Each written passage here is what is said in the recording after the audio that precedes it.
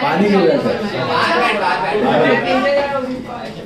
अभी सुनो, please be quite.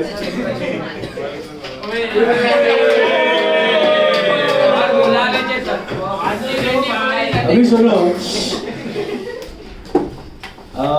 this is a new concept, okay? Joint life policy, okay? Focus now, don't talk. What is a joint life policy? So इसका थोड़ा सा part आपने इसमें सीखा था अपना डिसोल्यूशन करो, joint life policy and joint life policy fund, okay? वो आपने डिसोल्यूशन में सीखा था और अभी इसका डेप्थ में हम लोग पढ़ने वाले हैं। यहाँ पे रिटायरमेंट में भी आएगा और डेथ में भी आएगा। See what is a joint life policy? It's nothing but a life insurance policy. ये एक लाइफ इंश्योरेंस पॉलिसी होता है जो कौन निकालता है? तो business takes out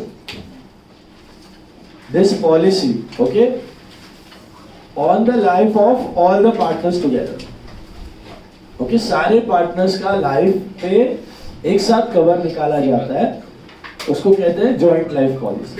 now this is different from their personal life insurance policy. Partners का पर्सनल लाइफ इंश्योरेंस पॉलिसी अलग होता है, बिजनेस का जॉइंट लाइफ पॉलिसी अलग होता है।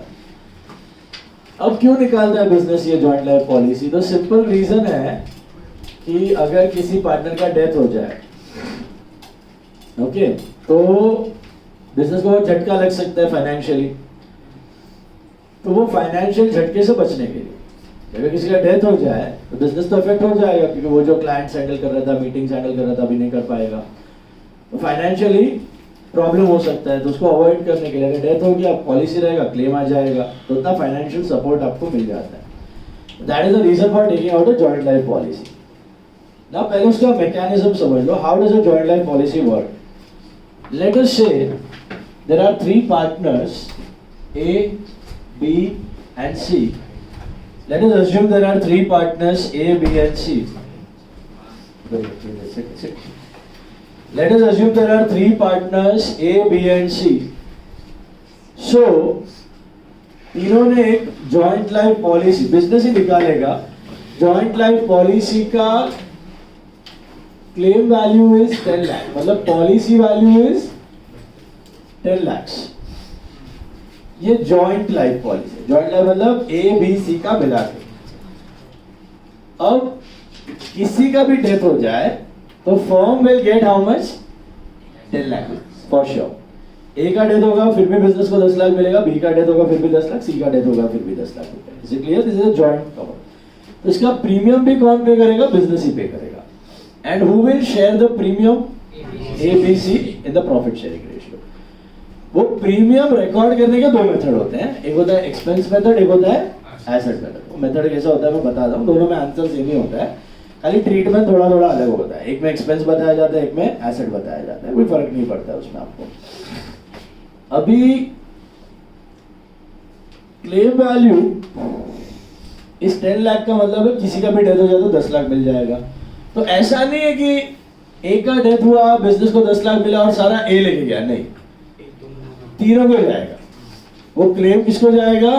तीनों को, A B and C in the profit sharing ratio, तीनों को मिलेगा, क्योंकि प्रीमियम भी तीनों ने भरा था तो क्लेम भी तीनों को मिलेगा। Is it clear? That is called as the claim value distribution. Claim value जो भी आता है, ए का डेथ में मिले, बी का डेथ में मिले या सी का डेथ में मिले, तीनों को ही जाने वाला है, okay, in the profit sharing ratio, क्योंकि प्रीमियम वो लोग ने पीएसआर में भरा था तो क्लेम भी तीनों को ही जाएगा। हमेशा याद रखने का, पॉलिसी से जो भी वैल्यू आता है सभी पार्टनर्स को जाता है इन the profit sharing ratio, because the premium was paid in profit sharing ratio. Everyone handles the expense, everyone handles the gain, right? Now what happens in retirement? So retirement के case में कोई death तो हुआ नहीं है, तो क्या करने का? तो रिटायरमेंट के केस में generally what do the partners do? They surrender the policy. What do they do? Surrender, मतलब उसको बेच देते हैं, कंपनी को वापस रिटर्न कर देते हैं, उसको बोलते हैं सरेंडर करना। क्या बोलते हैं उसको? सरेंडर करना। Sell out the policy back to the company. Now this is called as endowment policy. ये हमने डिसोल्यूशन में भी देखा था, joint life policy was an asset और हमने उसको सरेंडर कर दिया था, याद है? Surrender value is the sale value. जब आप डिसकंटिन्यू करते हो कोई पॉलिसी तो आपको क्या मिलता है? Surrender value. तो अभी समझो एबीसी ने जॉइंट लाइफ पॉलिसी निकाली थी 10 लाख की, लेकिन 10 lakh is the cover claim value, death पे मिलेगा। उसका इन्होंने 4-5 साल प्रीमियम भरा, कुछ हजार प्रीमियम भरे इन्होंने 4-5 साल तक, और 5 साल के बाद लेट अस से बी इज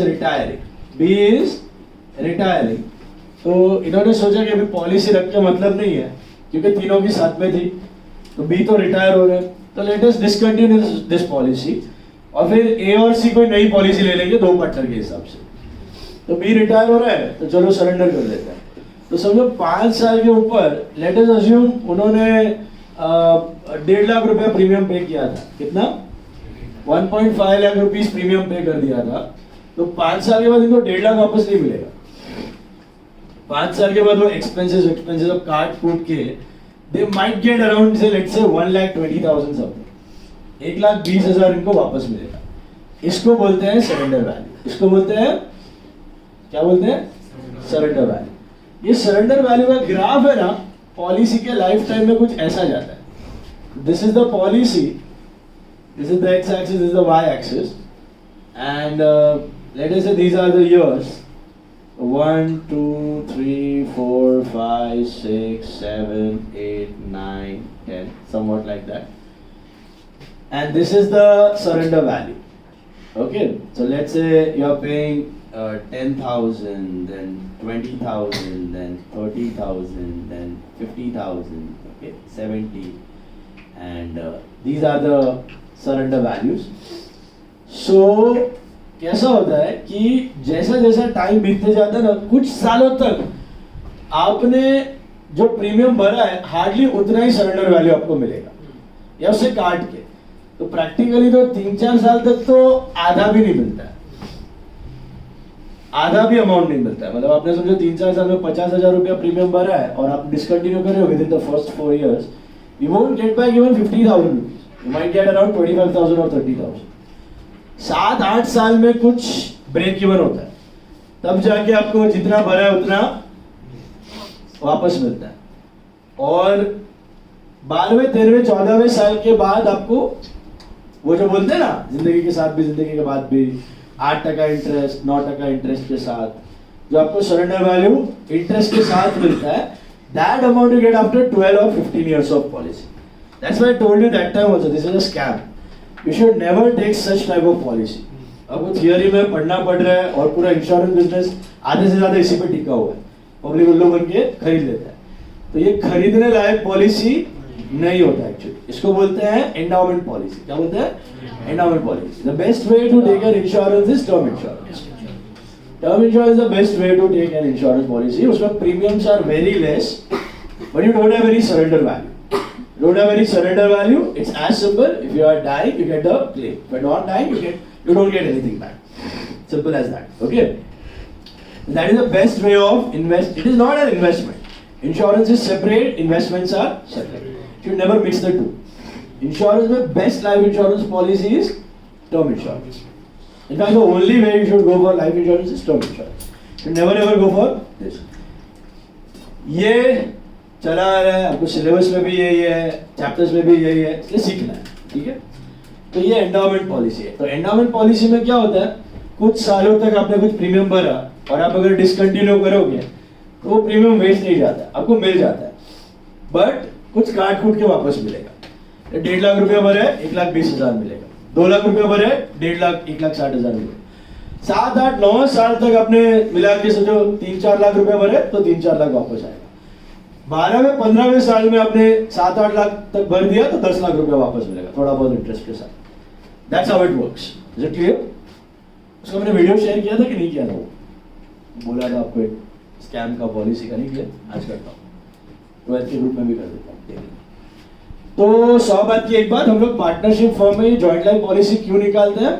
बिकॉज किसी का डेथ हो जाए तो हमें क्लेम का पैसे का सपोर्ट मिले, बराबर है? लेकिन अभी तो रिटायरमेंट चल रहा है, तो रिटायरमेंट में इसका क्या यूज है? तो रिटायरमेंट में जब भी कोई पार्टनर रिटायर होता था उसको सरेंडर कर देते. क्या कर देते हैं? सरेंडर कर देते. We get a surrender value. Let us assume we are getting 1,20,000 as the surrender value. Who will get this surrender value? Only B or ABC? All the three. All the three. In which ratio? Yes.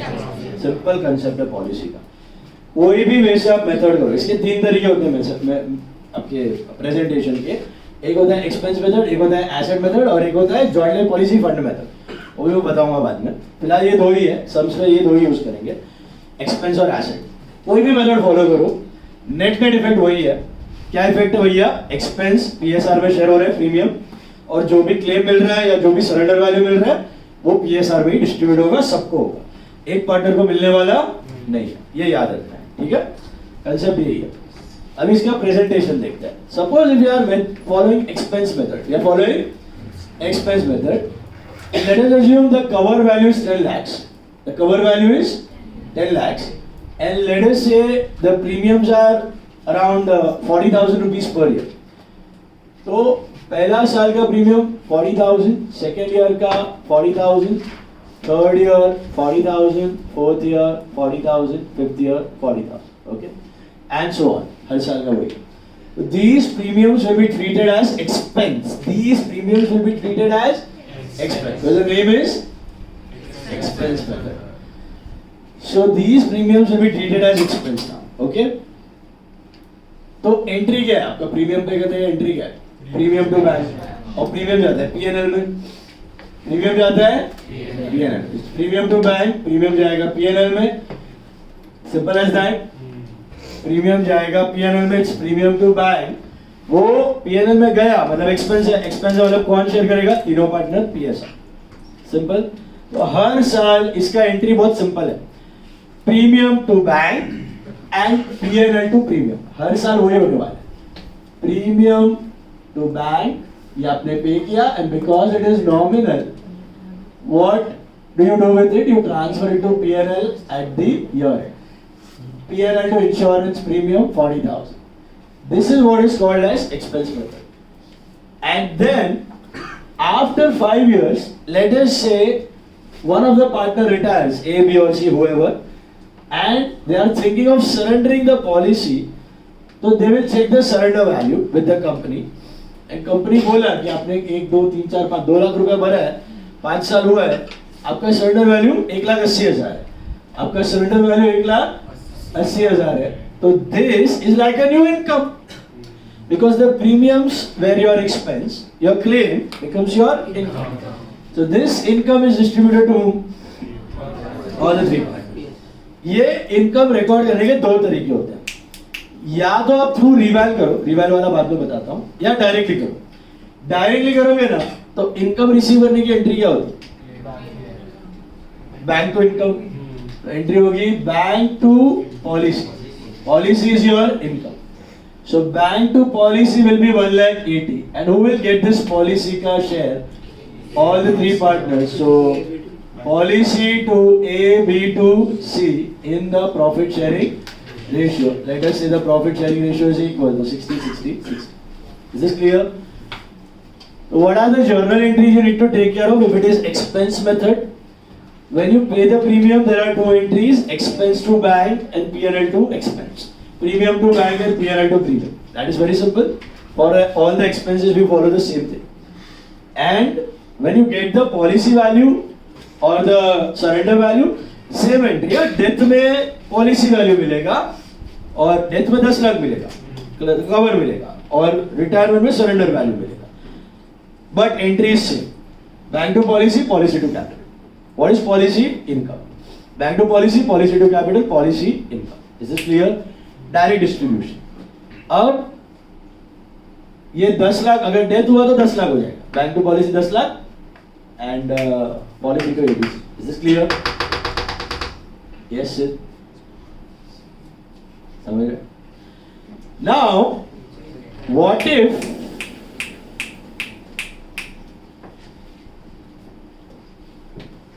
दोनों जन mobile desk पे रखो, ऊपर रख दो, mobile phone ऊपर रख दो.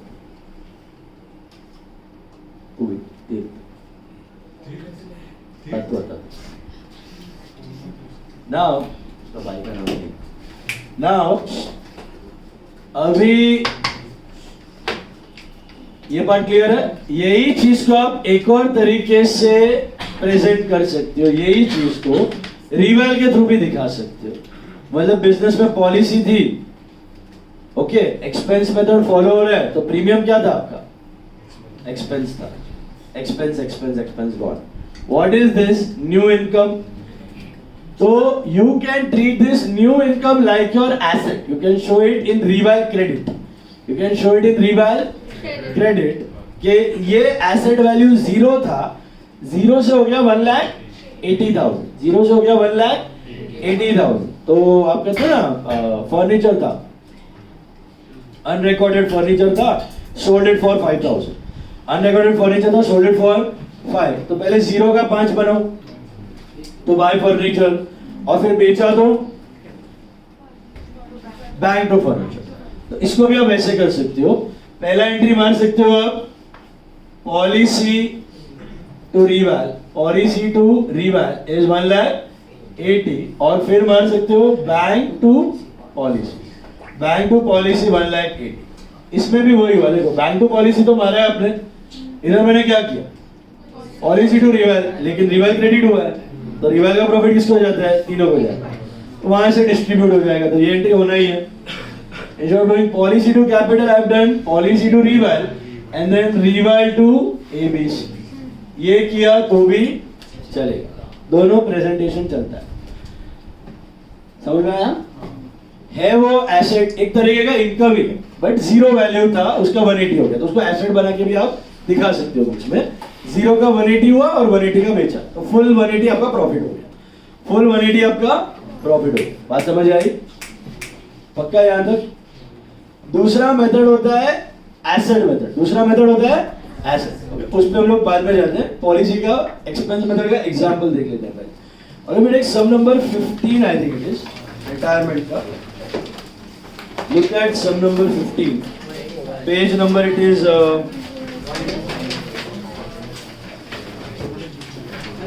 185. Yeah. Page 185, sum number 15.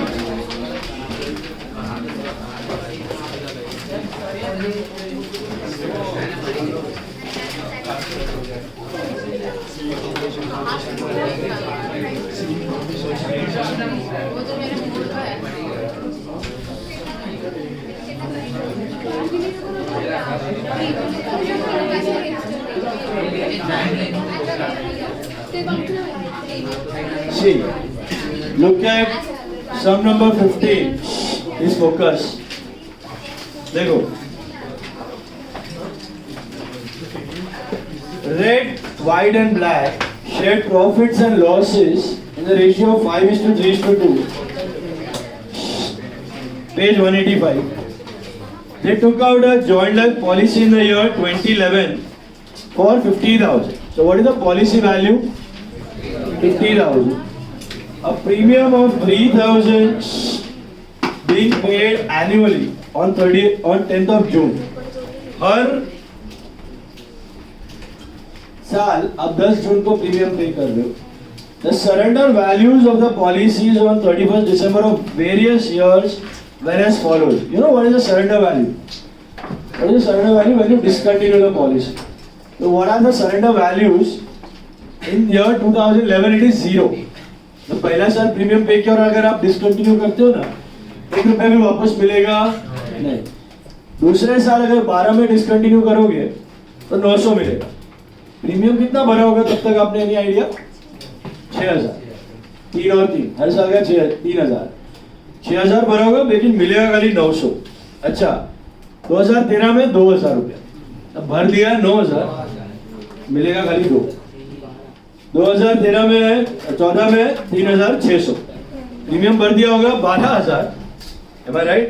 11, 12, 13, 14, but हाथ में आएगा 3600। बाद का नुकसान है वो आपको झेलना पड़ेगा if you are discontinue the policy का अर्लियर स्टेज।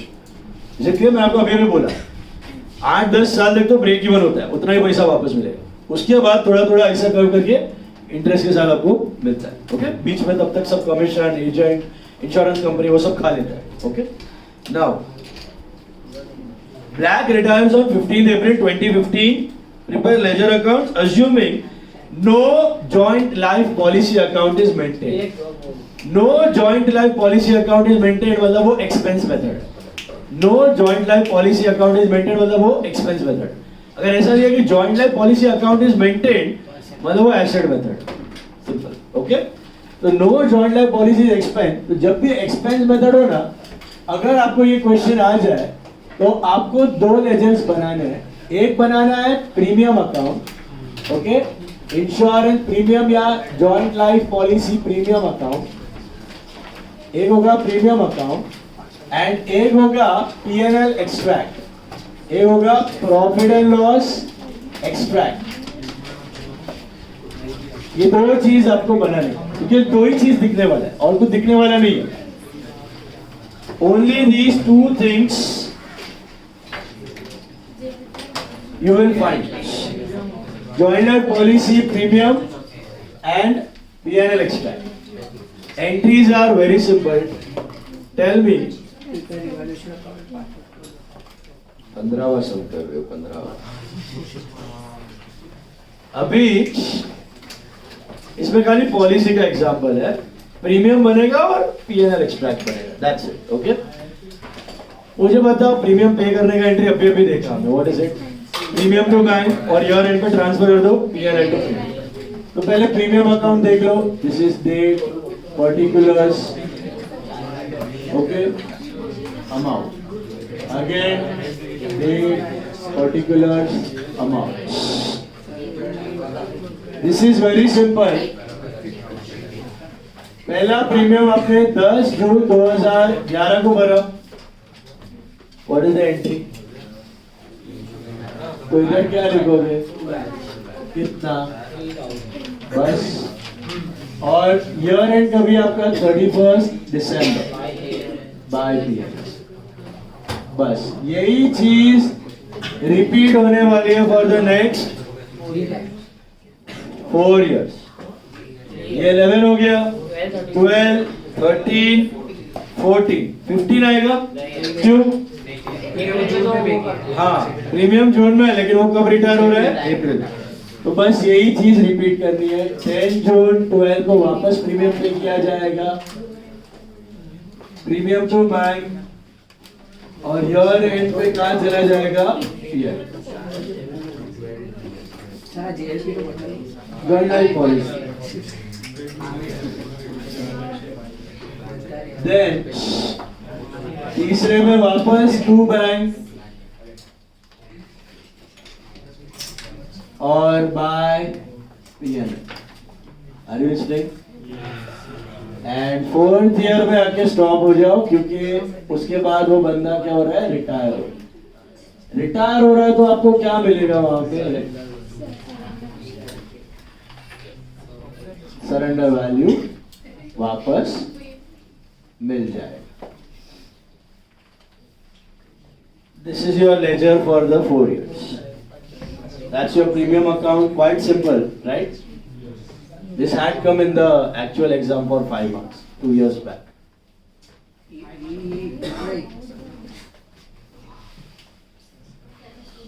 पब्लिक को कंसेप्ट ही नहीं पता है तो घूम जाता है, इतना भी नहीं आता। Now,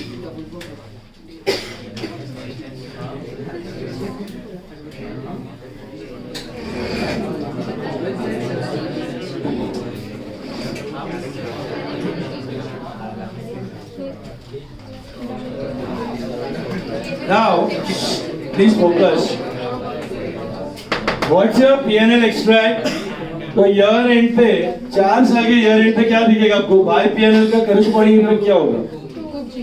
2 प्रीमियम, 2 JLP प्रीमियम या 2 प्रीमियम कितना? ये P&L का डेबिट साइड है, एक्सट्रैक्ट मतलब पार्ट, पूरा डिटेल नहीं दिखा रहे हो।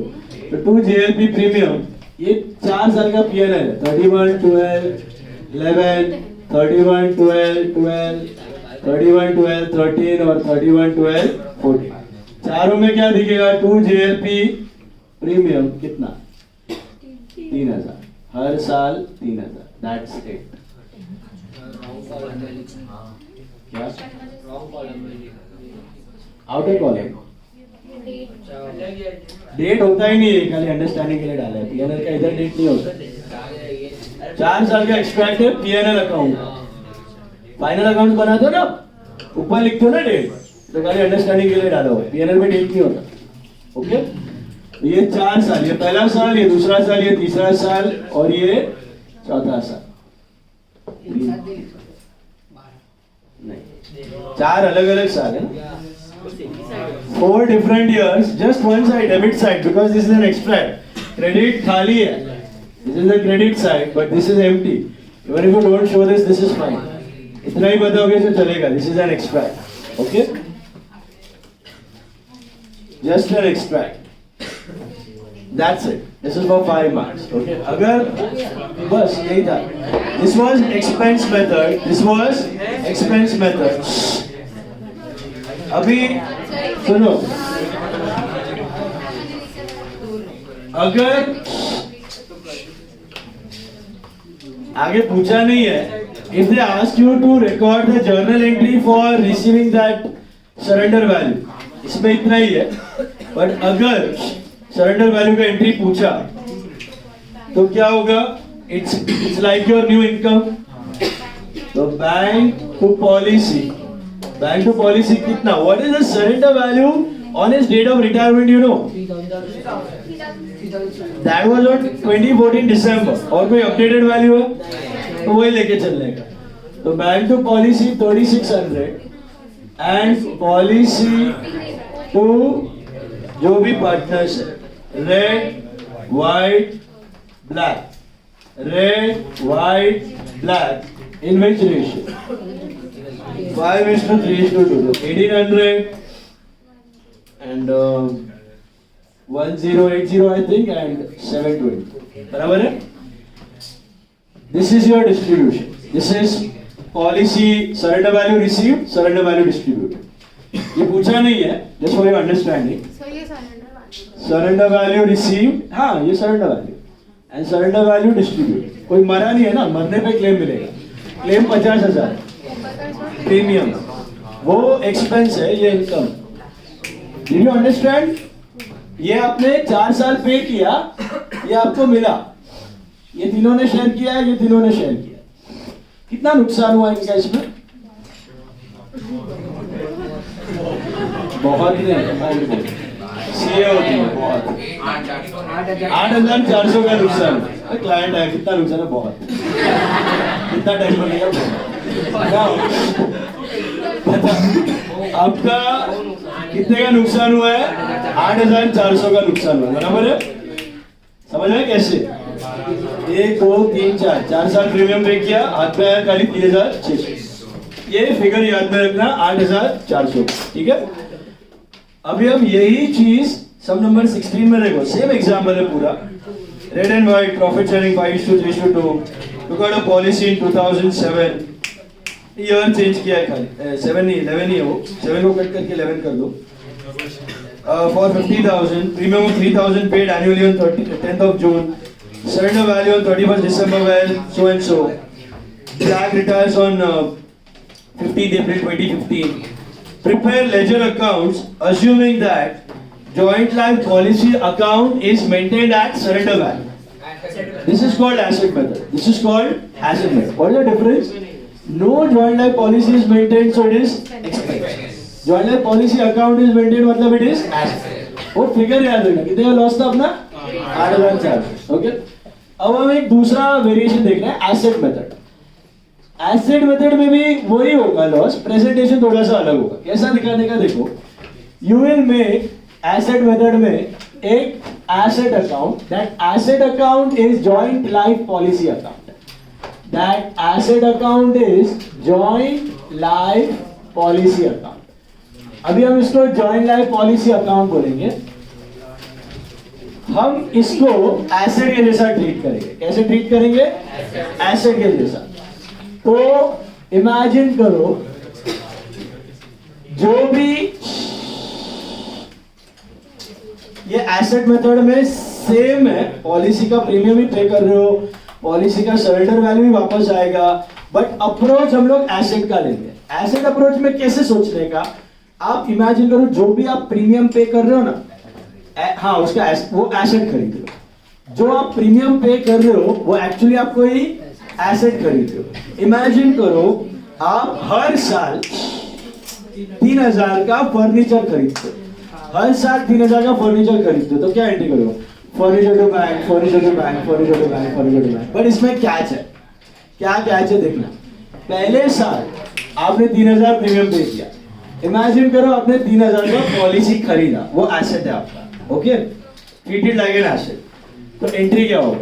Policy to bank. तो पॉलिसी में आएगा टू बैंक 3,000 ऑन 30th जून 2011. बराबर है. ये 3,000 का फर्नीचर लिया. अब एसेट का एक फंडा होता है, एसेट का एक कंसेप्ट होता है. क्या कंसेप्ट होता है एसेट का? AS10 अकाउंटिंग स्टैंडर्ड 10 डेप्रिसिएशन में सीखा था आपने. एवरी ईयर के एंड में you review the asset. Every year के एंड में you review the asset. Okay, और अगर कुछ बड़ा रिवैल्यूएशन आप देखते हो, वो तो फिक्स्ड एसेट के लिए. AS2 क्या बोलते हैं आपको? अगर कोई करंट एसेट है, अगर कोई करंट एसेट है, तो अगर कोई फिक्स्ड एसेट है, फिक्स्ड एसेट लंबे टाइम चलने वाला है, जैसे मशीन है, लैंड है, बिल्डिंग है, प्लांट है, रिव्यू लेते हो, लेकिन क्या हम उसको घड़ी घड़ी रिवैल्यू कर रहे हैं हर साल के लिए? नहीं. उसको हम बेचने के लिए लाए, जब बेचेंगे प्रॉफिट लॉस हो जाएगा, रिकॉर्ड हो जाएगा. बट कोई करंट एसेट है, जैसे स्टॉक है, तो हम कैसे वैल्यू करते हैं उसको? ईयर एंड पे कॉस्ट और मार्केट प्राइस विचएवर इज ताबड़तोड़ प्रॉफिट लॉस रिकॉर्ड कर देते हो आप. क्यों? क्योंकि ये नेक्स्ट ईयर बिकने वाला है. तो ये जॉइंट लाइफ पॉलिसी भी करंट एसेट के जैसा है. ये ऐसा नहीं कि लंबे टाइम तक चलेगा. पता चले नेक्स्ट ईयर में रिटायर हो जाए, नेक्स्ट ईयर किसी का डेथ हो जाए, तो क्लेम में सरेंडर वैल्यू आने वाला है. इसका श्योरिटी नहीं है लंबे टाइम तक बिजनेस में पड़ा रहेगा. तो इसको कैसे वैल्यू करने का? कॉस्ट और मार्केट प्राइस व्हिचएवर इज. तो एवरी ईयर के एंड में बिजनेस कंपनी से पूछेगा कि भाई इसका वैल्यू क्या है, इसका मार्केट वैल्यू क्या है, इसका सरेंडर वैल्यू क्या है. सरेंडर वैल्यू मतलब सेल वैल्यू. तो ये तो कॉस्ट हुआ 3,000. इसका सरेंडर वैल्यू क्या है at the end of year? Nil है, जीरो है. तो किस पे वैल्यू करना है? जीरो पे करना है. तो 3,000 को जीरो बना दो, मतलब डेप्रिशिएट कर दो. क्या कर दो? Depreciate. What is the entry to depreciate an asset? Depreciate to furniture. Depre किधर जाता है? P&L में. तो P&L टू डेप्री. इधर हम लोग डेप्री वर्ड यूज नहीं करते क्योंकि depreciation is used for fixed asset. तो बी पास है direct entry P&L to policy. P&L to policy.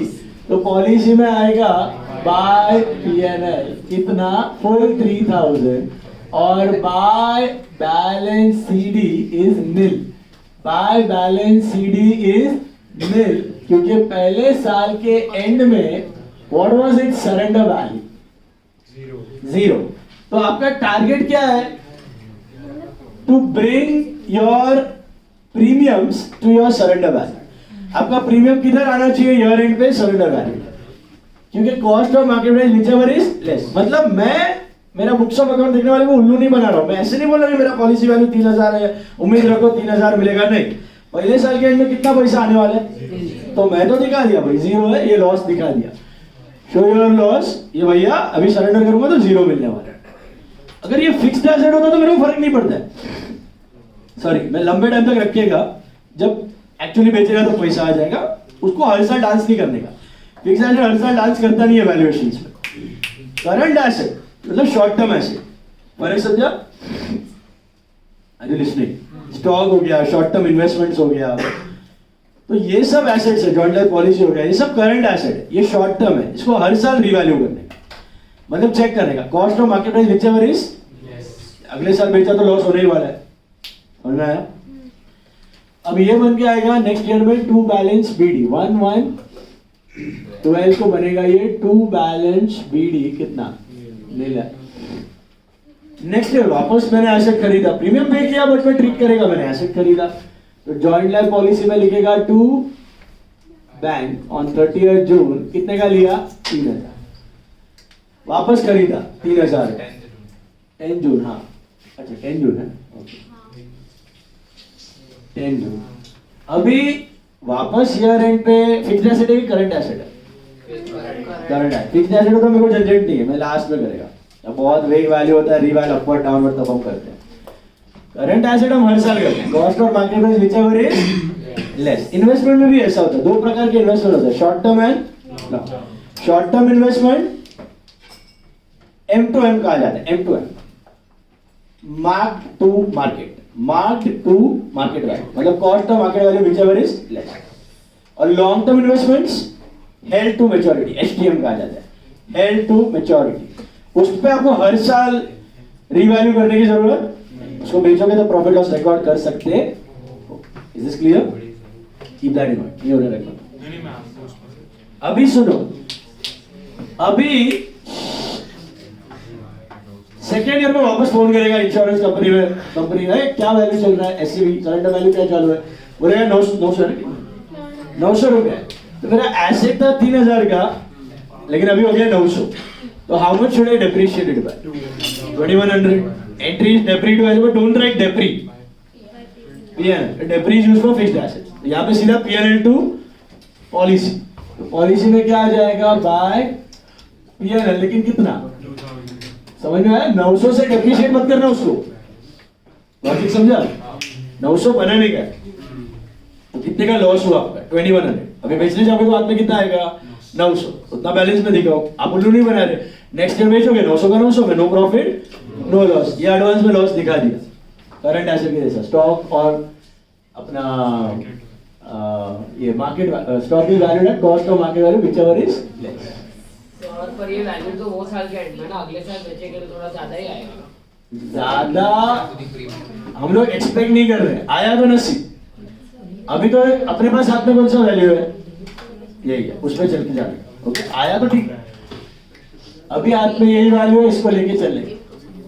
900 मिला, हेलो, आपका टारगेट रहना चाहिए कि भाई मेरे को बैलेंस में ना सरेंडर वैल्यू दिखना चाहिए, मेरे को बैलेंस में कौन सा वैल्यू दिखना चाहिए, सरेंडर वैल्यू इच दिखना चाहिए। सरेंडर वैल्यू आपका कम ही रहेगा, मार्केट वैल्यू हमेशा इसका कम ही रहेगा। थर्ड ईयर वापस आपने प्रीमियम पे किया, but you will treat it like तुमने कोई एसेट खरीदा, तो क्या एंट्री करनी है? पॉलिसी टू बैंक कितने का खरीदा 3000, 10 जून को खरीदा, ओके। अभी वापस तीसरे साल के एंड में देखो, तीसरे साल के एंड में ना वैसे तो 3900 का एसेट है, लेकिन what is the surrender value 2000 है, तो मैं तो बोला मेरा एसेट तो 3900 है, लेकिन कंपनी बोल रहा है नहीं ये तो 2000 में ही जाएगा, नेक्स्ट ईयर सरेंडर करूंगा 2000 ही आएगा, तो कितने से डेप्रिशिएट करो 1900 से डेप्रिशिएट। सो बाय डेप्री मत लिख देना, by PNL straight 1900 automatically in the balance how much am I going to get 2000. This is 31 12 12 12 11 8 30. Is this clear? And the last year this will become to balance BD कितना है 2000 on 1114.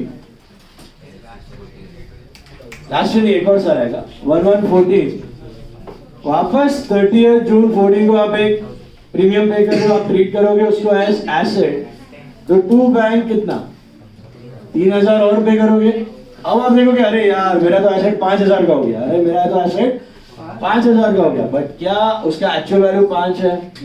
आप phone करके पूछोगे what is the surrender value, उसने बोला 3600 है अभी, तो वापस डेप्रिशिएट करो, वापस डेप्रिशिएट करोगे सो क्या आएगा, बाय पीएनएल आएगा, कितने से डेप्रिशिएट करो, 1400 से करूंगा, क्योंकि मुझे बैलेंस कितना लेके आना है इसका, 3600। क्यों ऐसा कर रहे हो? Simple conservatism, cost of market value whichever is less, current asset, long term asset नहीं है, शॉर्ट टर्म एसेट है, कभी बिक जाए आपको पता नहीं। 31 12 14 31 12 14। अब ये लास्ट ईयर में प्रवेश कर रहे हैं हम लोग। This is to balance BD 3600 on 1/1/15 में क्या हो रहा है, 15 अप्रैल को बंदा रिटायर हो, अभी 15 अप्रैल को रिटायर हो रहा है, तो आप सरेंडर कर रहे हो पॉलिसी, सरेंडर कर रहे हो तो मतलब इसका क्या हुआ, आप अभी ये एसेट बेच रहे हो, वो इनकम था, इधर आप उसको ट्रीट कर रहे हो एसेट, तो सोचो कि ये एसेट बेच रहे हो, ये फर्नीचर बेच रहे हो, फर्नीचर बेचा तो एंट्री क्या है, bank to furniture, will there be any profit loss, no. 3600 का कितने में बिकेगा, 3600, तो बैंक टू फर्नीचर, तो फर्नीचर में आएगा बाय बैंक कितना, 3600, और ये हो जाएगा टैली, ये हो जाएगा tally. Is this clear? 15 April 2015 को हो जाएगा ये tally. Is this clear? No profit no loss. अरे सर आपने तो बोला था 8400 का लॉस होगा, इधर तो नो प्रॉफिट नो लॉस। देखो आपने वो जो 8400 का लॉस खाया है ना, उधर भी उतना ही खाया है, इधर भी ये पीएनएल दिख रहा है, इसको टोटल मारो 8,400, वही लॉस आएगा 8,400। समझ आ रहा है? तो ऐसा मत समझना कि इधर टैक्स का सेविंग है, इधर टैक्स ज्यादा लगा है, उतना ही भरना है क्योंकि it's a tax related expense. आप ये पे करोगे तो इसमें कम टैक्स भरना पड़ता है, बट ले देंगे उतना ही होगा। टोटल लॉस कितना खाया आपने, 8,400, उतना ही टैक्स बचने वाला, उससे ज्यादा नहीं उससे कम नहीं। खाली ओवर द लाइफ थोड़ा डिस्टिंक्शन अलग अलग हो, उसमें 3 खाया ना आपने, उसके हिसाब से एक्सपेंस खाया ना, और इनकम आया उतना टैक्स उसमें ज्यादा। यहाँ पे आपका अलग अलग गया, पहले साल 3,000, फिर 2,100, फिर 1,900, फिर 1,400, लॉस तो उतना ही खाया है आपने। बराबर आ रहा है 8,400? ऐसा लो कि ऐसा लो, कोई फर्क पड़ने वाला नहीं। It just depends on the business, उसको क्या सुटेबल लग रहा है, उसको एक्सपेंस मेथड सुटेबल लग रहा है तो एक्सपेंस करेगा, एसेट मेथड सुटेबल लग रहा है तो एसेट करेगा। अब मैंने आपको एक शॉर्टकट बताया है, आप प्रेजेंटेशन के लिए देखो, इधर भी entry bank to policy, policy to capital है, इधर भी एंट्री बैंक टू पॉलिसी है। अब समझो 3,600 का एसेट था, हाँ, और सरेंडर वैल्यू 4,000 आ गई, नसीब सब कुछ, सरेंडर वैल्यू 4,000 आ गई, मतलब दिसंबर की थी आपकी 3,600, अप्रैल तक 4,000 हो गई, जब हमने बोला ना अभी बढ़ गई, तो 3,600 का 4,000 आया, तो सोचने का 3,600 का फर्नीचर कितने में बेचा, तो furniture sold at profit, bank to furniture to profit. What is the split, bank to furniture, furniture to profit, याद आ रहा है? तो bank to policy, policy to capital, that capital is profit, entry remains same. इधर खाली bank to policy आएगा 3,600, अगर 4 में बेचोगे तो इधर आएगा बैंक टू पॉलिसी 4 और पॉलिसी टू कैपिटल प्रॉफिट कितने का आपका 4, which will be divided between the parties, वो आपका प्रॉफिट हो गया, समझा? Bank to asset and asset to profit, bank to asset, asset to profit, profit किधर जाता है पीएनएल, पीएनएल किधर जाता है कैपिटल, तो bank to asset and asset to capital. आपका जो बेचने का एंट्री है दैट रिमेन्स।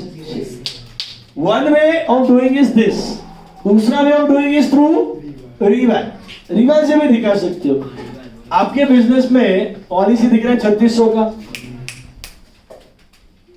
पॉलिसी दिख रहा है 3,600 का, आपको नीचे एडजस्टमेंट में दिया पॉलिसी वाज सरेंडर फॉर 4,000। आप ऐसे सोचोगे यार फर्नीचर है 3,600 का, फर्नीचर बेच के 4,000 आ रहा है, क्या करते आप, 3,600 का फर्नीचर का 4,000 आ रहा है, हाँ रिवैल बढ़ा दो, पहले 400 से बढ़ाओ, तो रिवैल क्रेडिट साइड बाय फर्नीचर, वैसे बाय पॉलिसी 400 रुपया, और फिर बैंक टू फर्नीचर की जगह बैंक टू पॉलिसी 4,000 रुपया, और वो ऑटोमेटिकली प्रॉफिट लॉस में डिवाइड होने ही वाला है। तो दोनों सिनारियो में आप ये एंट्री भी कर सकते हो, bank to policy, policy to capital. This is which entry? For sale of policy at surrender value. तो दोनों सिनारियोज में, whether it is expense method, whether it is asset method, you can do bank to policy, policy to capital, और bank to policy, policy to reval. Bank to policy, policy to reval. Reval में दिखा, इधर दिखा दो, रिवैल में दिखा। दोनों में दिखा सकते हो। इसमें भी तो बताया 0 से 1,80,000 हो गया था। इधर सोचो 0 से 3,000, 600 हो गया। 3,600 दिखा दो रिवैल में, और फिर बैंक में लिख दो टू पॉलिसी। प्रॉफिट तो जाने ही वाले तीनों। तो और अगर 3600 में ही है, मतलब ये इसमें सेकंड एंट्री आएगा तो नहीं, वो आएगा ही नहीं दूसरा प्रॉफिट लॉस का। बैंक टू पॉलिसी आएगा 3600, no profit no loss, no profit no loss. समझा? तो 2 लिख सकते हैं। हाँ 2 इधर, हाँ तो by bank 4000 and to PNL 400, तो वही तो हुआ entry. Bank to policy, policy to PNL, PNL जाएगा कैपिटल में, तो हमने डायरेक्ट एंट्री मारा पीएनएल अपना पॉलिसी टू कैपिटल। पॉलिसी इधर पीएनएल ही लिख रहे का, बट जब आप मेन सम कर रहे हो, एक्चुअल फुल कर रहे हो, उसमें पीएनएल है ही नहीं, उसमें सीधा रिवैल दिखाओ या तो फिर कैपिटल। नहीं 4000 कब करोगे? जब आप एक्सपेंस मेथड में, एसेट मेथड कर रहे हो ना, तो ऑलरेडी एसेट है 3600, तो प्रॉफिट 400 है। अगर एक्सपेंस मेथड कर रहे हो तो ये पूरा 4 आपका इनकम है, 4000 एक्सपेंस मेथड में उसका एसेट वैल्यू 0 का 4 बना और 4 डिस्ट्रीब्यूट। एसेट में ऑलरेडी 3600 है, 3600 का 4 बना और 400 डिस्ट्रीब्यूट। सबके साथ बताता हूँ, देखो तरीका समझा पहले? बता मेरे को फटाफट, एक्सपेंस मेथड में क्या दो एंट्री है? Premium to bank. पहला एक्सपेंस मेथड में प्रीमियम का क्या दो एंट्री है? प्रीमियम टू बैंक और पीएनएल टू प्रीमियम। ट्रांसफर हो जाएगा, 5-10 साल तक वही चालू रहेगा। फिर अगर वो रिटायर हुआ तो सरेंडर वैल्यू मिलेगा, अगर वो डेड हुआ तो क्लेम वैल्यू मिलेगा। Whatever surrender value you get or whatever claim value you get, that's your income. Entry क्या बनेगा? Bank to policy, policy to capital, तीनों में जाए। Done. Asset method. Treat your premium like your asset. But is it a fixed asset or a current asset? Every year again we need to reevaluate. Cost of market price whichever is. Yes.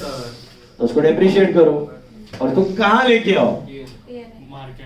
Market value में लेके आओ। कहाँ लेके आओ? Cost of market price whichever is less. Market value he less रहता है, surrender value ही less रहता है। कभी आपका सरेंडर वैल्यू ज्यादा होने का चांस, ज्यादा है तो उसको लेस पे रखो, अप्रिशिएट मत कर देना। Is it clear? तो सरेंडर वैल्यू पे लेके आओ और जो बचा कुछ है वो डेप्रिशिएट कर दो, by PNL, by PNL, by PNL. समझ में आया? दोनों सिनेरियोज में total loss will be the, दोनों सिनेरियो में रिसीव करने का एंट्री, क्लेम रिसीव करने का entry is bank to policy, policy to capital. फर्क इतना है, इस सिनेरियो में पूरा 4000 प्रॉफिट है, क्योंकि इस केस में एक्सपेंस मेथड में आपका एसेट वैल्यू 0 था, तो फुल 4 इज योर प्रॉफिट। और इस केस में अगर 3600 का 4 में जा रहा है तो 400 is your profit. Bank to policy is 4000, but your policy to capital is 400, your policy to capital is 4000। समझा?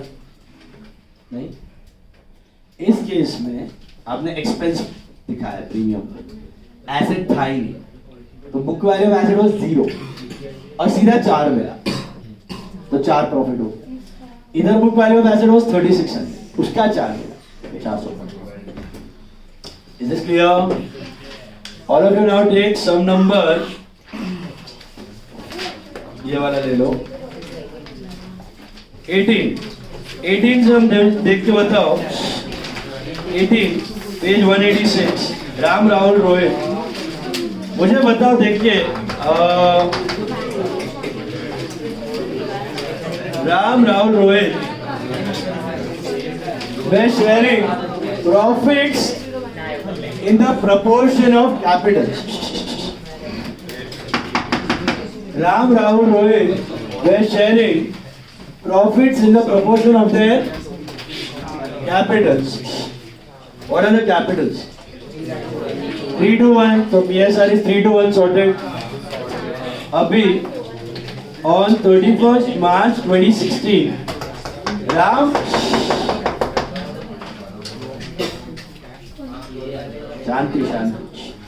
Ram desired to retire from the firm, and remaining partners decided to carry on.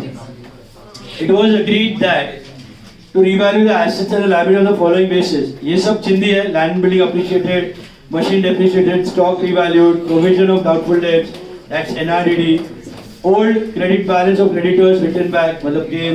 6 point focus. Joint life policy of the partners surrendered and cash obtained 60,000. मतलब खुद तो joint life policy था sir, joint life policy तो दिख ही नहीं रहा है। कौन सा मेथड है? अगर एसेट में दिखता, asset method simple, how to determine expense है कि एसेट दिख जाएगा। एसेट में तो एसेट मेथड, एक्सपेंस में तो एक्सपेंस। देखो मतलब प्रीमियम सब एक्सपेंस में दिखा दिए, अब आप सरेंडर कर रहे हो पॉलिसी, आपको कितना मिल रहा है? 60,000। Can I say full 60,000 becomes your profit income? दो तरीके प्रेजेंट करने के। Number 1, bank to policy, policy to capital, full 60, 3 to 1, 30, 20, 10। या फिर जीरो का एसेट 60 बनाओ तो रिवाइव में दिखा दो बाय पॉलिसी 60 और बैंक में दिखा दो टू पॉलिसी 60, तो भी answer will be the same. बात समझ आई? सब क्या बेटर है? आई विल एडवाइज रिटायरमेंट में रिवाइव के थ्रू करो और डेथ में डायरेक्टली करो। वो लोग ऐसा प्रेजेंट किया है, इंस्टीट्यूट वाला ऐसा प्रेजेंट किया है। रिटायरमेंट में डू थ्रू रिवाइव और डेथ में do through directly. Okay, now goodwill of the firm be valued at 1,80,000. The Ram share of goodwill should be adjusted in the accounts of Rahul and Rohit, who share profits and losses equally. तो ये NR है, तो और बचा NR बचा है। No goodwill account भी वो वैसे भी नहीं करते आप। तो अभी 1,80,000 में पहले उसका शेयर निकालो और उसको नॉर्मल जीआर में डिस्ट्रीब्यूट कर सकते हो। कैसे करोगे normal GR? Or minus NR करो, नेगेटिव में आएगा, पॉजिटिव सैक्रिफाइस नेगेटिव में आता है ना आपको। नॉर्मल है goodwill. Amount of Ram to be settled on the following basis. अच्छा नहीं, एक और है। Total capital of the firm to be same as before retirement, individual capital in their PSR, ये क्या है? PCA. Total capital should be same as before 6 lakh, but अब वो 6 लाख 2 का होगा in the new ratio 3 lakh 3 lakh. फिर जो डिफरेंस आएगा वो बैंक पीसीए, समझा? Hello, retirement amount due to Ram is settled on the following 50% of retirement, 50% within 1 year. अपने को 1 ईयर का अकाउंट नहीं बनाने का, अपने को तो अभी का करना है। अभी क्या है? 50% पे ऑफ टू बैंक और बाकी 50% क्या? लोन। समझ में आया? Prepare real capital account partners Rohit and loan account of Ram. Loan account of Ram दिख रहा है, बट ऐसा नहीं बोला कि पेड विथ इंटरेस्ट 1 साल, खाली एक लाइन का अकाउंट बनेगा। लोन में क्या आएगा? आपने कैपिटल में 2 लोन लिखा है, लोन में आएगा बाय कैपिटल और टू बैलेंस शीट, एक लाइन का लोन अकाउंट। वो भी क्यों? क्योंकि पूछा है क्वेश्चन, लोन अकाउंट बनाने को बोला है। कैश अकाउंट बनाना है, बैलेंस शीट बनाना है राहुल और रोहित का। आप लोग ट्राई करो, मैं भी सॉल्व करता हूँ, कॉपी मत करो, get it on your own. Policy को रिवाइल के थ्रू बताओ, बेटर है। डायरेक्टली भी कर सकते हो कैपिटल में, कोई दिक्कत वाली बात नहीं। जॉइंट लाइफ पॉलिसी क्या भेजे में सबके? चलो ट्राई करो, खुद का दिमाग लगाओ, खुद से ट्राई करो, डोंट कॉपी। नहीं समझ में आ रहा है बोर्ड पे देख लो।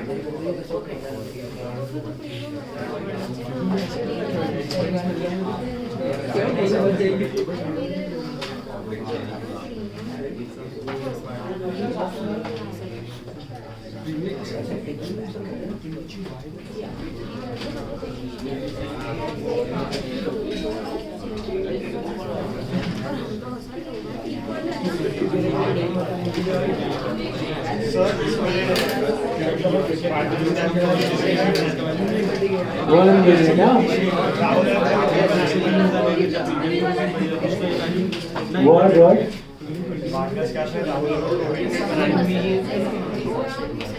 नहीं, capital account of partners Rahul and Rohit loan account नहीं बनाओ सब तीनों का बना, उसका लोन नहीं मिलेगा राम का, तीनों का बना।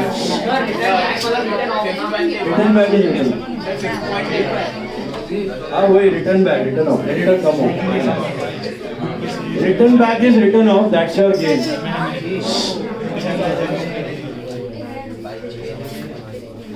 सब में कैश बोला है तो कैश बना लो, वरना बैंक रख लो।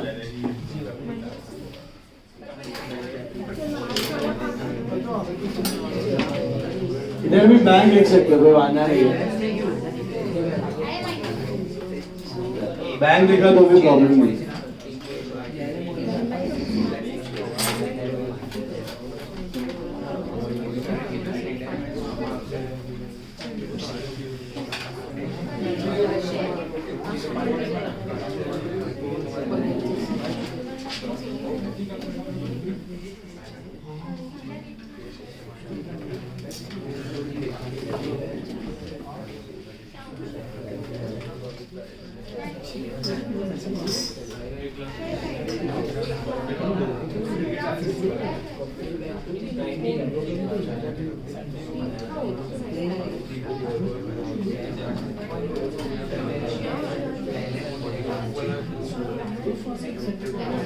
गुडविल का नोट करना।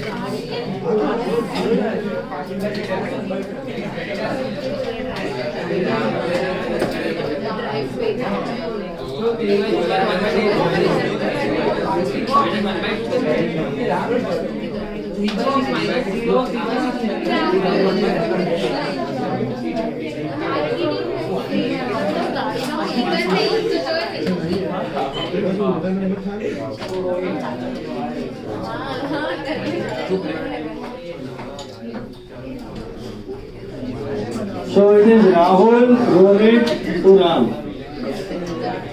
Rahul, Rohit to Ram.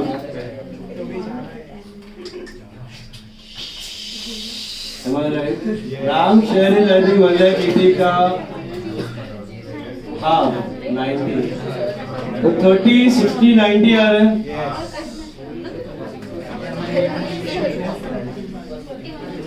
So 30, 60, 90 is your goodwill. Please check. तो राहुल और रोहित में आएगा 2 राम और राम में आएगा बाय राहुल और by Rohit. Is this clear? Hello, समझ में आया? ये बोलो किसी ने किया है बाय लैंड कितना आ रहा है 60,000 और बाय जॉइंट लाइफ पॉलिसी। ये समझा आपने मैंने क्या किया? 0 से 60 बनाया। इमेजिन करो वैल्यू 0 था, उसका 60 बनाया। अगर ये एसेट में बढ़ता तो जो वैल्यू आपने दिया है उससे जो बेचा है सिर्फ उतना ही बढ़ा, क्योंकि उधर ऑलरेडी बुक वैल्यू है। और फिर 2 बैंक में पूरा सेल वैल्यू पूरा। ये 0 का 60 हो गया, समझा पॉलिसी। और क्या इधर बोलो बाय क्रेडिटर कितना है और कितना है और कितना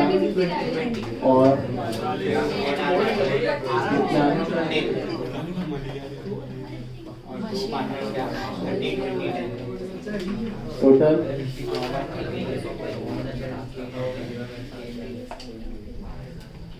60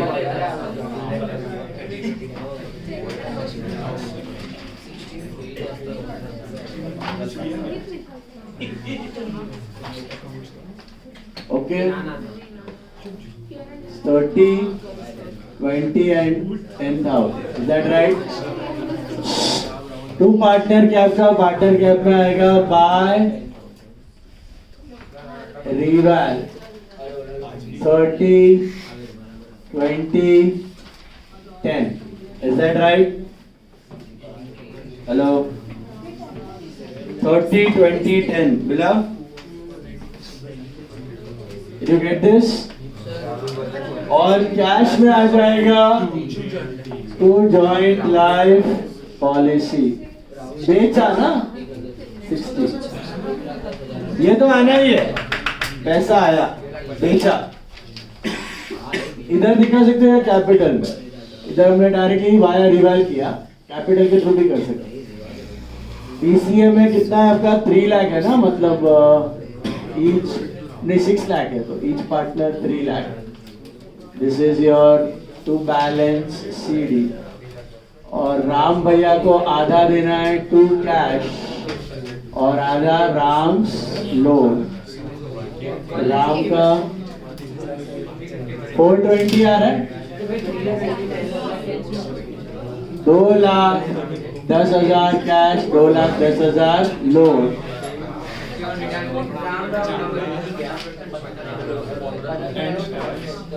राम लोन अकाउंट भी पूछा है तो एक राम लोन अकाउंट बना लो उसमें आएगा बाय राम कैप 2,10,000 और इधर आएगा टू बैलेंस सीडी 2,10,000 एक साल का इंटरेस्ट कुछ नहीं है खाली लोन पूछा है तो एक लाइन का बना लेते और इनका क्या आ रहा है टू की बाय आ रहा है तो बाय कैश कितना लाएगा ये 3,30,000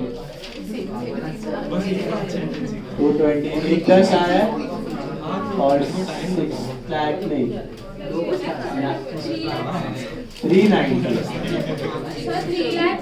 360 minus 110 2,50,000 यार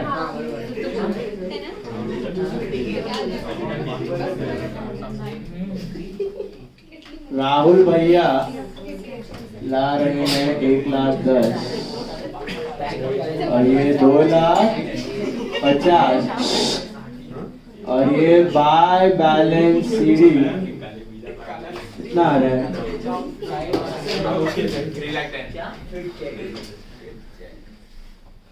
बोलते जाओ एसेट लैंड एंड बिल्डिंग कितना है 260 और मशीनरी 160 मशीनरी 160 और क्लोजिंग स्टॉक 80 और debtors 2 lakh minus 10,000 debtors 2 lakh minus 10,000 कितना 2 लाख और 190 2 लाख माइनस 10 है 190 और कैश कैश और इधर कैपिटल पार्टनर कैप में राहुल और रोहित 3 लाख 6 लाख और राम्स लोन 2,10,000 और क्रेडिटर्स 190 और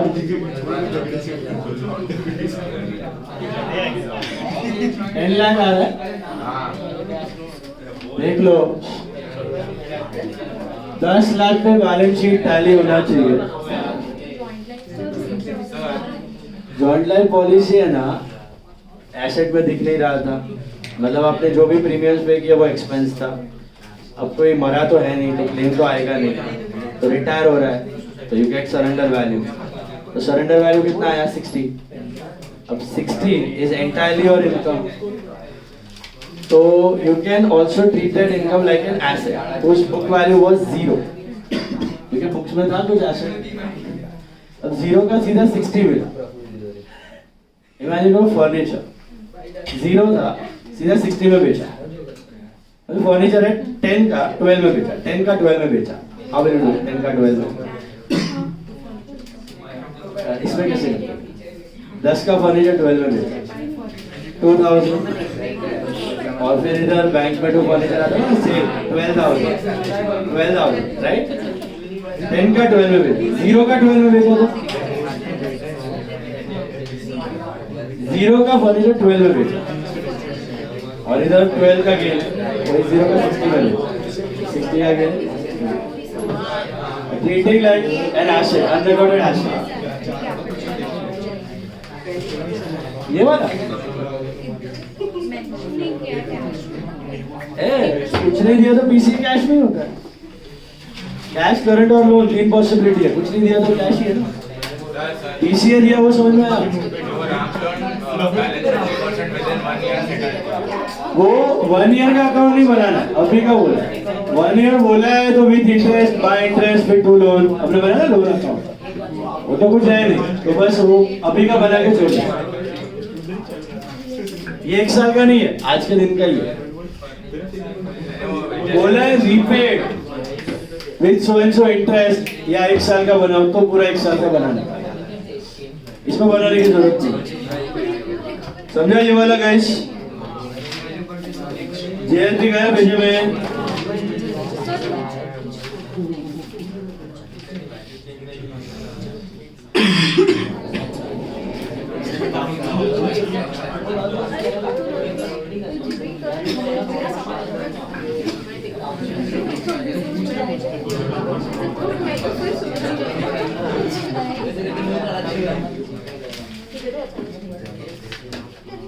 अभी क्लियर है पॉलिसी?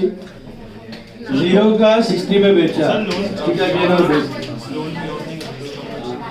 बोला है कुछ एक्स्ट्रा वगैरह या फिर कुछ पे ऑफ करो, नहीं लोन अकाउंट हो तो 1 ईयर, उसमें इंटरेस्ट क्या है तो वो बनाने का, इंटरेस्ट का किया था ना बाय इंटरेस्ट ऑफ 2 प्लान, तो वो करना है, इधर कुछ जरूरत नहीं है, इधर खाली एक ही दिन का बनेगा, जब बैलेंस शीट खत्म हुआ ना उसी दिन ट्रांसफर हुआ बैलेंस, बट डेट अगर लगी तो उसमें फर्स्ट डेट है, डेट आएगी ये वाली आपकी लास्ट आफ्टर रिटायरमेंट जो भी नेक्स्ट ईयर तो वही है।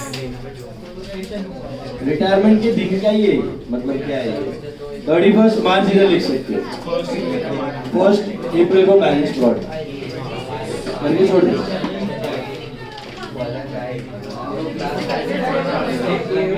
बोला it was paid with interest, तो फिर वो बना है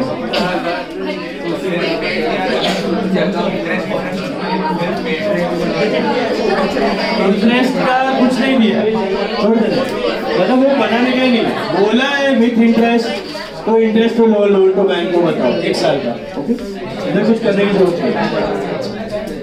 नाउ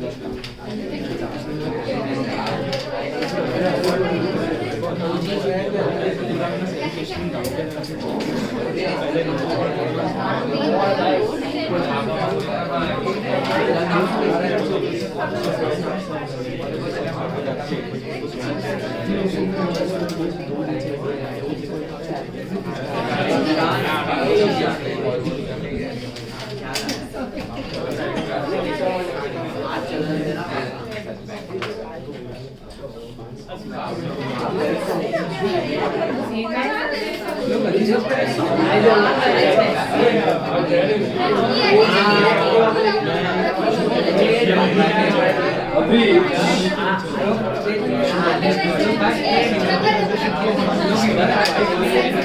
हो गया ये वाला,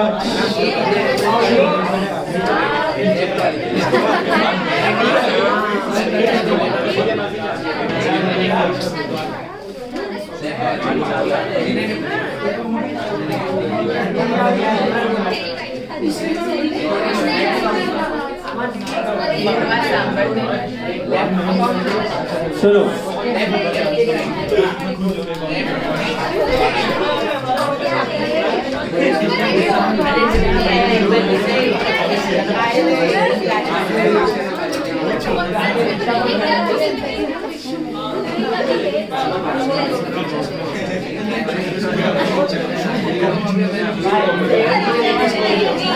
See, be quiet now.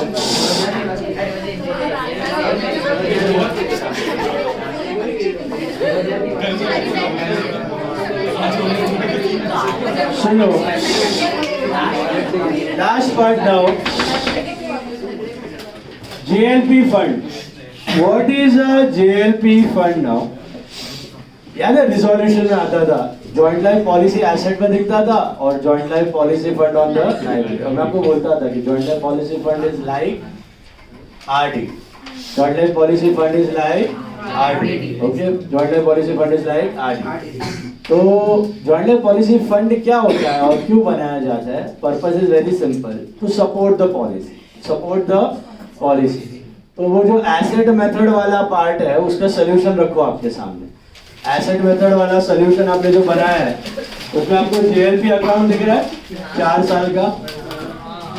अब ये तीसरा वेरिएशन है। पहला वेरिएशन क्या था? एक्सपेंस मेथड, दूसरा था एसेट, तीसरा है जेएलपी फंड। जेएलपी फंड में क्या होता है? एसेट मेथड ही है वो, that is also asset method. तो वो जो अकाउंट है वो वैसे का वैसा बनता है।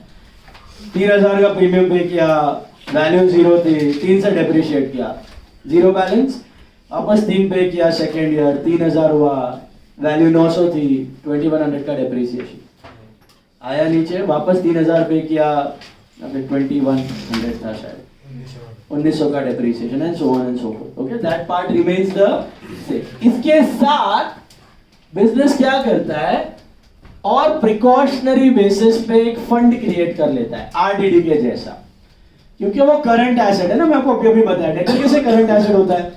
तो अगर बैड डेट होने वाला है तो हम एडवांस में लॉस दिखा देते हैं। वही रीजन से है ना, एसेट मेथड ही है। Asset account will remain the same. एक और नया अकाउंट बनाया जाता है, इसको कहा जाता है joint life policy fund account. और joint life policy fund is a provision account, it's a provision account. Okay, provision का मतलब क्या है? It's like a liability. आपका खुद का पैसे से आप एक लायबिलिटी क्रिएट कर रहे हो। इसका मैकेनिज्म क्या होता है? अभी पहला साल देखो, पहला साल उधर क्या दिख रहा है? 2 बैंक 3000, 2 बैंक 3000, डेप्रिशिएट होके वैल्यू कितना बना? 0, नील। तो पहले साल वैल्यू ही 0 है। ऑलरेडी आपने एसेट की वैल्यू 0 बताई है। इस पे क्या ही लॉस हो सकता है? कुछ लॉस हो ही नहीं सकता। लॉस के लिए प्रोविजन बनाते हो तो लॉस हो ही नहीं सकता। तो पहले साल प्रोविजन वुड बी नील, कुछ बनाने की जरूरत नहीं। सेकेंड ईयर के एंड में what is the value of asset eight the and after depreciation? 900। मतलब अभी एसेट 900 का है, मतलब इसमें मैक्सिमम लॉस कितना हो सकता है? तो 900 का प्रोविजन बना दो। कितने का प्रोविजन बना दो? 900 का। What is the entry for creating this? What is the entry for creating RDD? PNL loss किया, पीएनएल घटा, लायबिलिटी बढ़ा। तो PNL to RDD is a PNL to JLP fund. तो PNL to JLP fund, sorry, तो JLP fund में आएगा bye PNL. कितने का पता है? 900 का। कब क्रिएट किया जाएगा? 31/12/12 सेकेंड ईयर में क्रिएट किया जाएगा। कब?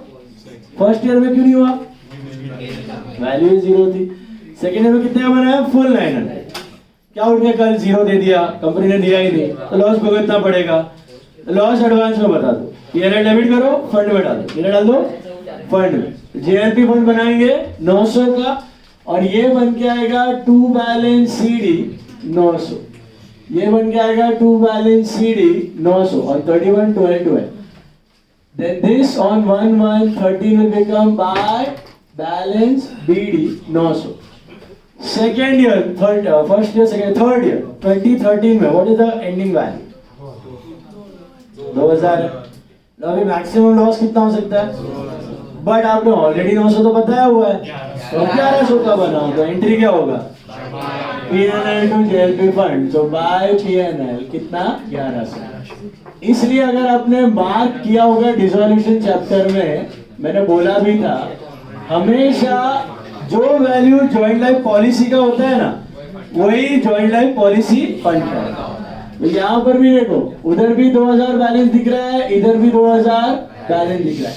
वो एसेट में दिखेगा, ये लायबिलिटी में दिखेगा। वो डेटर है, ये आरडीडी है, वो जॉइंट लाइफ पॉलिसी एसेट है, ये उसका provision. Mechanism remains the future में जो भी लॉस होगा तो वो अभी डायरेक्टली पीएनएल में नहीं जाएगा, पहले उसको कौन अब्सॉर्ब कर लेगा? Joint life policy fund. अपना ही प्रॉफिट है, वो लॉस को ये अब्सॉर्ब करेगा, फिर जो बचा हुआ है वो रिजर्व में चला जाएगा। याद है हमने बैड डेट्स के वक्त किया था, पीएनएल टू बैड डेट नहीं होता, आरडीडी टू बैड डेट होता है। जब लॉस होता है तभी RDD to bad debt, RDD घटता है, बैड डेट खत्म होता है, फिर आरडीडी में बचा है तो वापस पीएनएल में डाल देते हो, RDD to PNL. Same way fund mechanism समझ रहे हैं? पहले साल 0, सेकेंड ईयर 900 का बनाया, तीसरे साल 1100 का क्रिएट करके 2000 पे लाए, ये 2000 बनेगा बाय बैलेंस बीडी कितना? 2000 और 1 14। अब 14 के एंड में पूछेगा क्या वैल्यू है, क्या वैल्यू है, तो क्या बोलेगा वो? 36। तो मैक्सिमम लॉस कितना हो सकता है? 36। ऑलरेडी 2000 का तो प्रोविजन है, तो कितना बनाने का? 1600। तो बाय पीएनएल 1600, बाय पीएनएल 1600, और ये बनेगा टू बैलेंस सीडी कितना आएगा? 3600। This will be on 31 12 40। अब 115 को ये बन के आएगा by balance BD 3600। Now comes the moment of truth. Because you have sold the policy, you have surrendered the policy on 15th April. So what entry have you passed over there? Bank to policy. आप तो सोचे थे loss होगा, loss होगा, loss होगा, loss तो हुआ ही नहीं। तो बैंक टू पॉलिसी हो गया, पूरा खत्म, सेल हो गया पॉलिसी। अब तो ये फंड कोई काम का है नहीं, ऐसे तो चला गया। तो फंड को क्या करने का? वापस पीएनएल में ट्रांसफर कर देने का। तो ईयर एंड पे नहीं, जिस दिन वो बेचते हो, ये बेचा 15 अप्रैल को ही, 15 अप्रैल 15 को क्या एंट्री हो जाएगा? 2 पीएनएल 3600।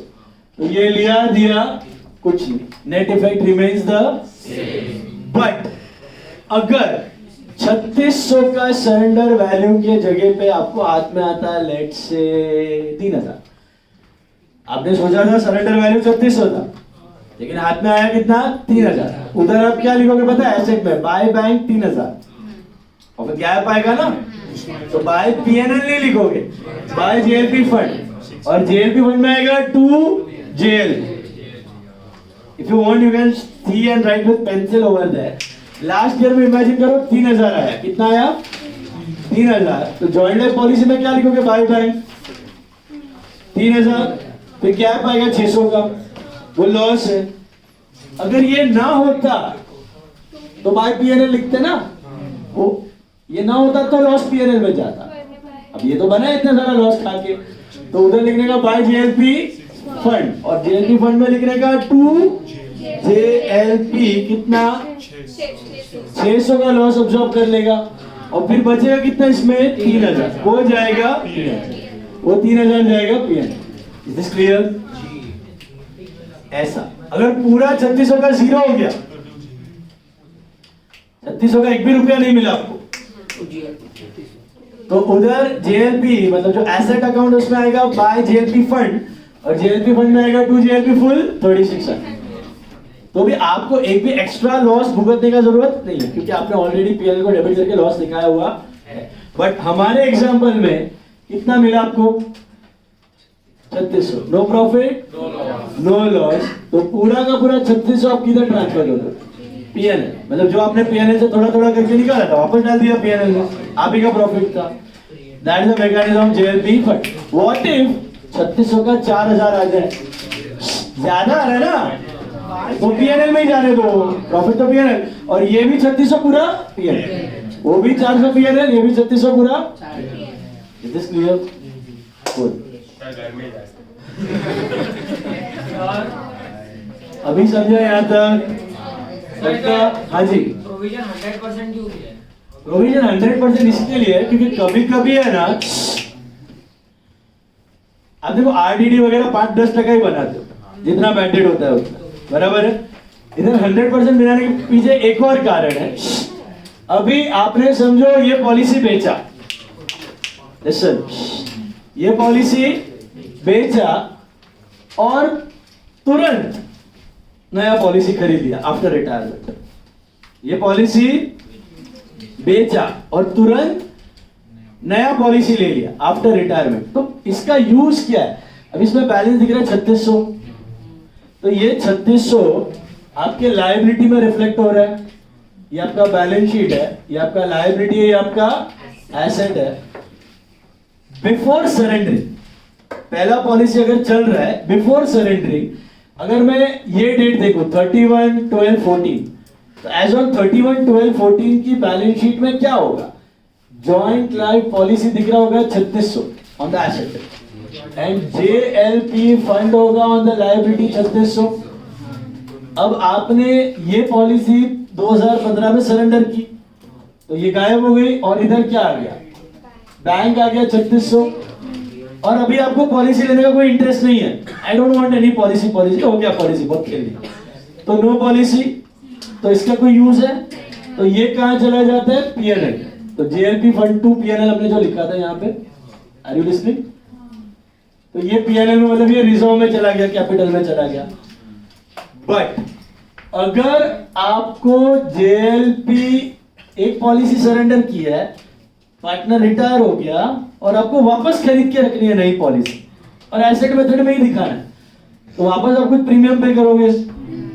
तो let us assume after out of this money you are taking a new policy, तो आपके पास ये JLP फंड पड़ा हुआ है, तो JLP फंड का पैसा आपका किधर यूज होने वाला है? पॉलिसी।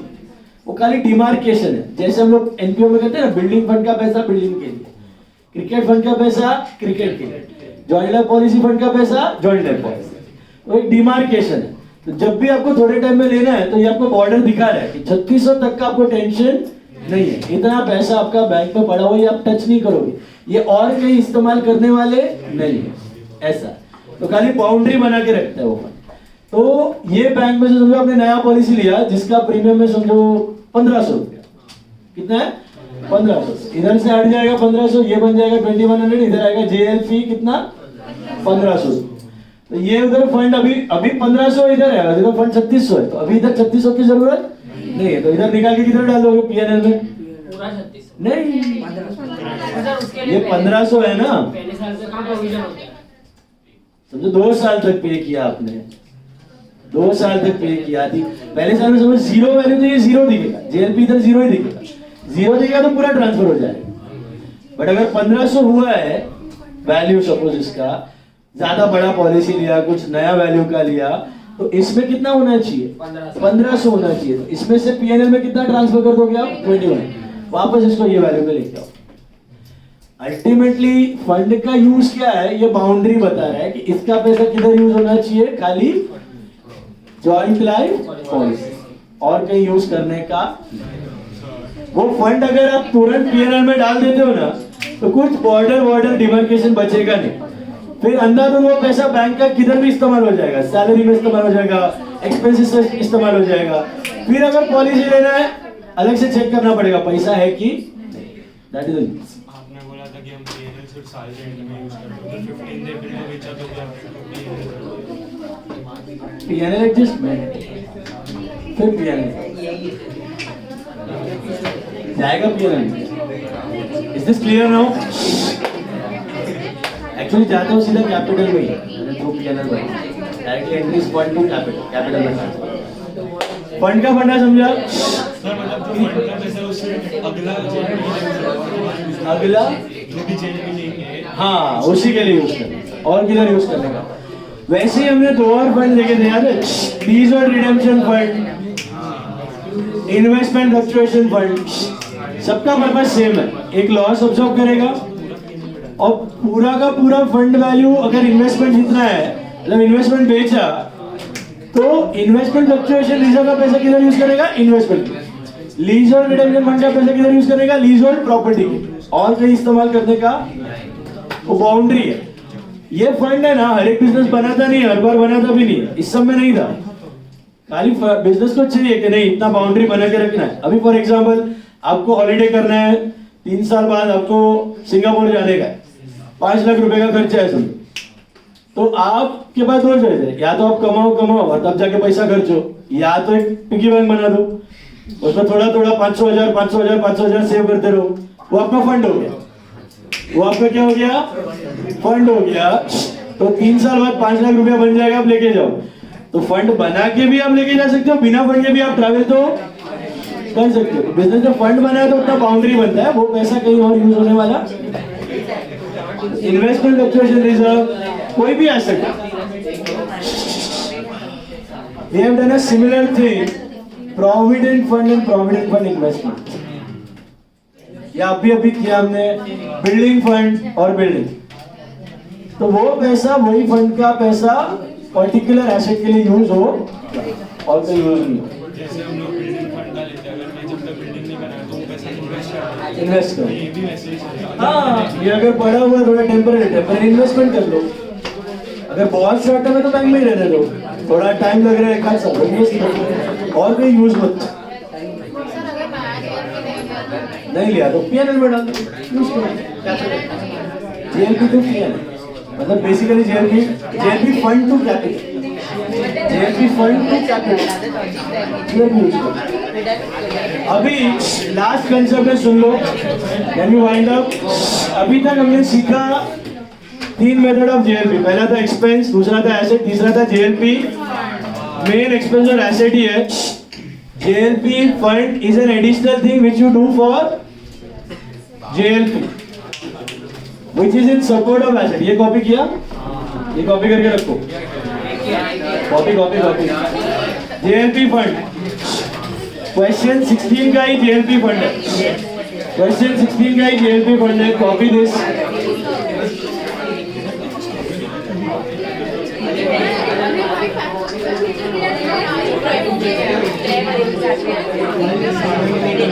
Come on.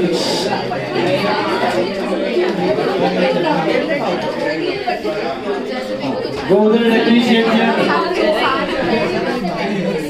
वो एसेट वाला लॉस था, बराबर। अब value of asset is how much?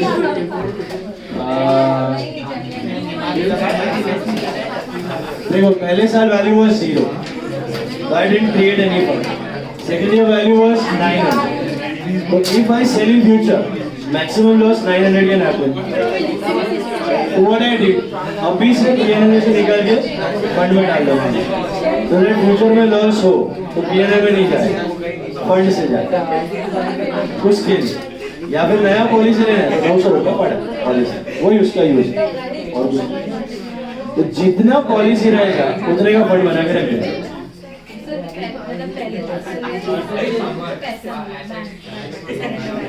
वो फंड नहीं था, वो एसेट था। Policy is an asset. उसमें से नया पॉलिसी बेचा, बेच के नया लिया नहीं है, खाली पहला वाला ही था। वो क्या एग्जाम्पल बताया मैंने बाद में कि फंड इतना बड़ा अमाउंट का क्यों बना है, that was his question.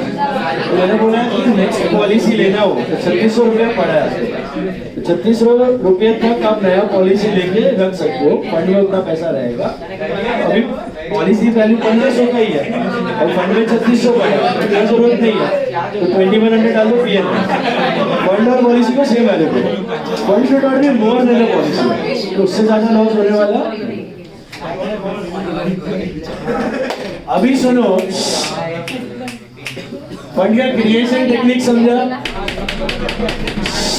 Once again एक चीज हमेशा ख्याल रखना, जितना जॉइंट लाइफ पॉलिसी होगा उतना ही जॉइंट लाइफ पॉलिसी फंड होगा, उससे 1 रुपया ज्यादा वो बनने वाला नहीं, क्योंकि उसको लॉस अब्जॉर्प्शन लिमिट तक ही रखना है। मैक्सिमम लॉस कितना है? 0। उतना value of policy should be value of fund. Is it clear? Not 1 rupee more. अभी दूसरा यूज है उसका replacement. Now the last part, this was joint life policy, this was joint life policy. There is one more thing called as individual life policy. क्या बोलते हैं उसको?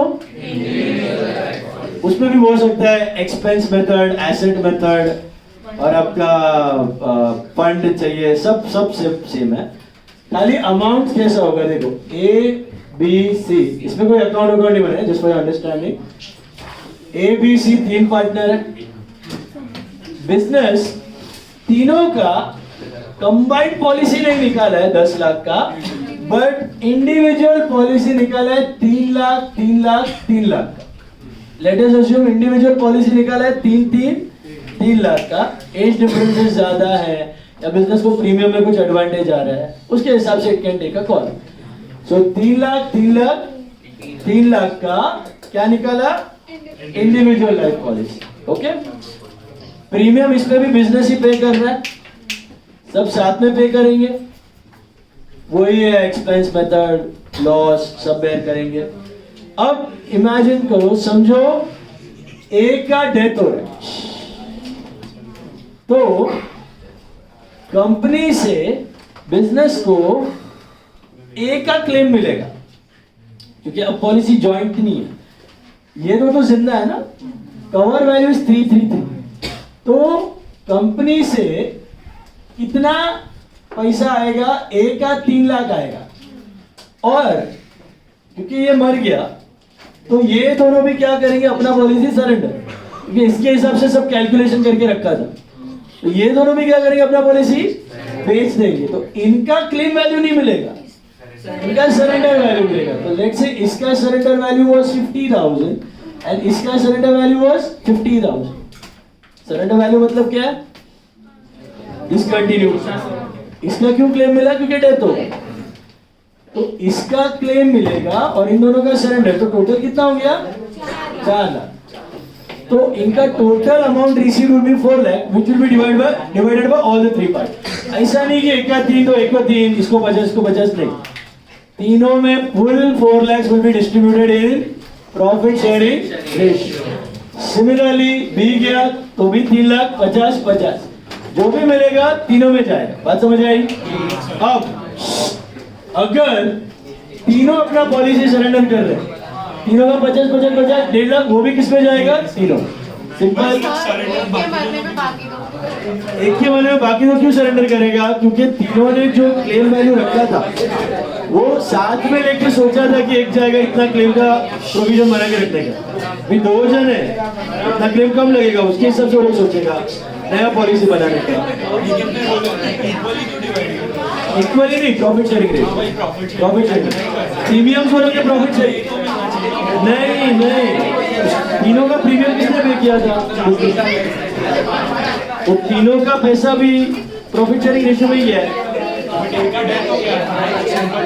उसका personal life policy है ना, तो निकाल 4-5 पॉलिसी निकाल सकते, उसको मिलेगा। चलो